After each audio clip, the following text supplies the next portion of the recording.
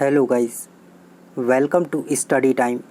आज हम 10 जून 2020 का करंट अफेयर्स करने वाले हैं और ये SSC, bank, railway, UP PCS, MP PCS, Allahabad high court, RO, ARO एवं ऐसे जो भी एग्ज़ाम हैं जहां पर करंट अफेयर्स पूछा जाता है, उन सभी के लिए ये बहुत ही महत्वपूर्ण सेशन होने वाला है। और इसमें the Hindu, business standard, PIB, यहाँ से जो इम्पोर्टेंट न्यूज़ है वहाँ से क्वेश्चन कवर किए गए हैं। तो चलिए स्टार्ट करते हैं आज का सेशन। तो पहला सवाल है, हाल ही में किसने कोविड-19 के लिए कोविड बीप ऐप लॉन्च किया है?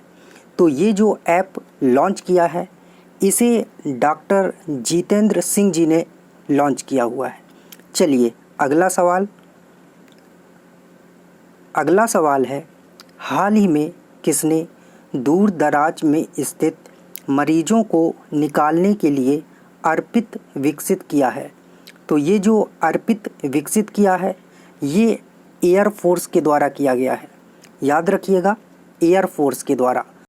और अर्पित का जो फुल फॉर्म है वो है airborne rescue pod for isolate transportation.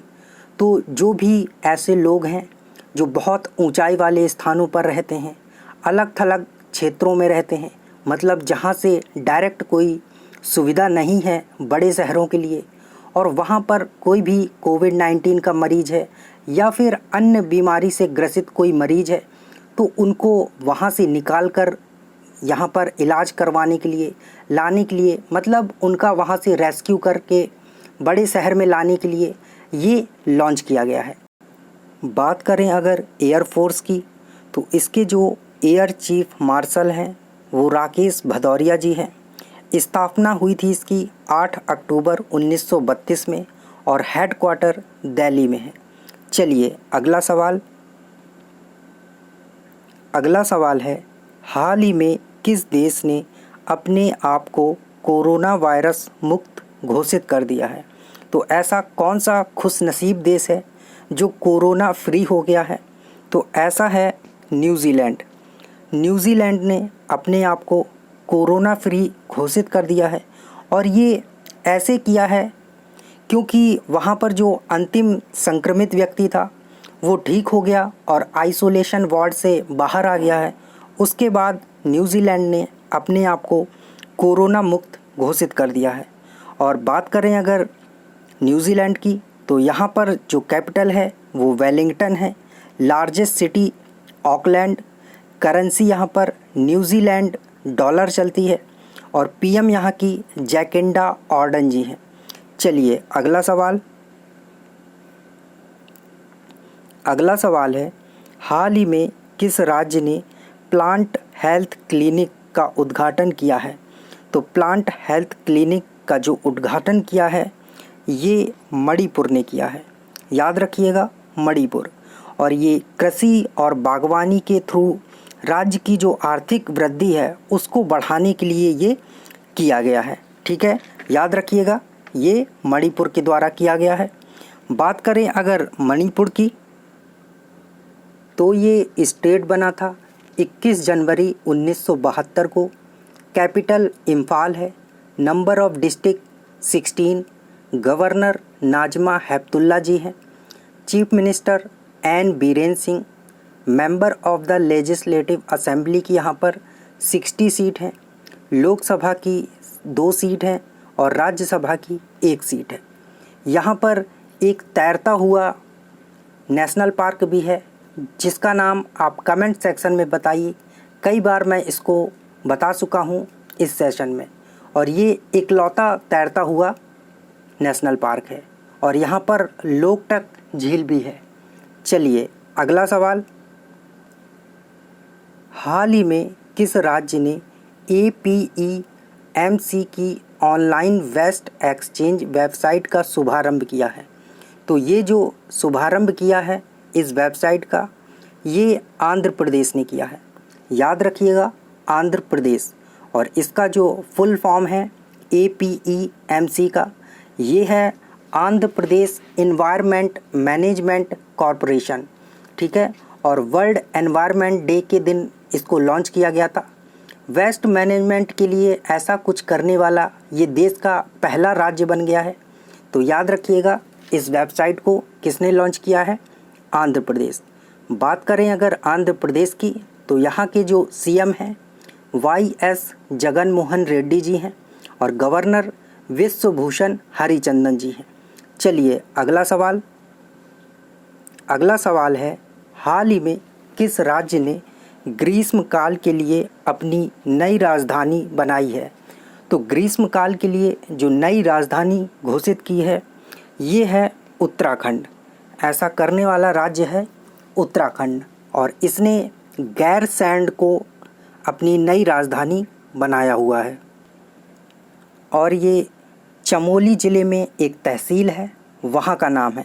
तो याद रखिएगा, जो नई कैपिटल बनाई है उसका नाम रखा है गैरसैंण, मतलब नाम नहीं रखा है, ये वहाँ एक तहसील है, तो उसको इन्होंने ग्रीष्मकाल की अपनी नई राजधानी बना दिया है। बात करें अगर उत्तराखंड की, तो यहाँ के सीएम हैं त्रिवेंद्र सिंह रावत जी और गवर्नर बेबी रानी मौर्य जी हैं। चलिए अगला सवाल है, हाल ही में किस राज्य ने वंदे उत्कल जननी को राज्य गान का दर्जा प्रदान किया है? तो ऐसा करने वाला राज्य है उड़ीसा। उड़ीसा ने इसे अपना जो राज्य गान है वो बना दिया है और ये 1912 में जो कांता कवि लक्ष्मी कांता महापात्र जी थे उन्होंने इसको लिखा हुआ था। याद रखिएगा 1912 में। हो सकता है ऐसे क्वेश्चन अक्सर एग्ज़ाम में पूछ लिए जाते हैं, तो ये आपसे पूछ लिया जाए। तो याद रखिएगा, इसे 1912 में लिखा गया था और इसको अब उड़ीसा ने अपना राज्य गान बना लिया है। चलिए अगला सवाल। इसके पहले अगर बात करें उड़ीसा की, तो ये स्टेट बना था 1 अप्रैल 1936 को और इसको उत्कल दिवस भी बोलते हैं। कैपिटल भुवनेश्वर है। Number of district 30। Governor Ganeshi Lal ji हैं। Chief minister Naveen Patnaik. राज्यसभा की यहाँ पर 10 सीट हैं, लोकसभा की 21 सीट हैं और member of the legislative assembly 147 हैं। चलिए अगला सवाल। हाल ही में कौन रिचर्ड डॉकिंस पुरस्कार 2020 जीतने वाला पहला भारतीय बन गया है? तो ऐसा कौन है जिसने ये अवार्ड जीता हुआ है, रिचर्ड डॉकिंस पुरस्कार 2020, और ये जीतकर वो पहले भारतीय भी बन गए हैं? तो ये हैं जावेद अख्तर जी। नाम याद रखिएगा, जावेद अख्तर जी ने 2020 का रिचर्ड डॉकिंस पुरस्कार जीता हुआ है और भारत के ये पहले व्यक्ति बन गए हैं। चलिए अगला सवाल है, हाल ही में किसने EY world entrepreneur of the year पुरस्कार 2020 जीता हुआ है? तो ये जो world entrepreneur of the year पुरस्कार जीता हुआ है ये किरण मजूमदार शॉ जी ने जीता हुआ है।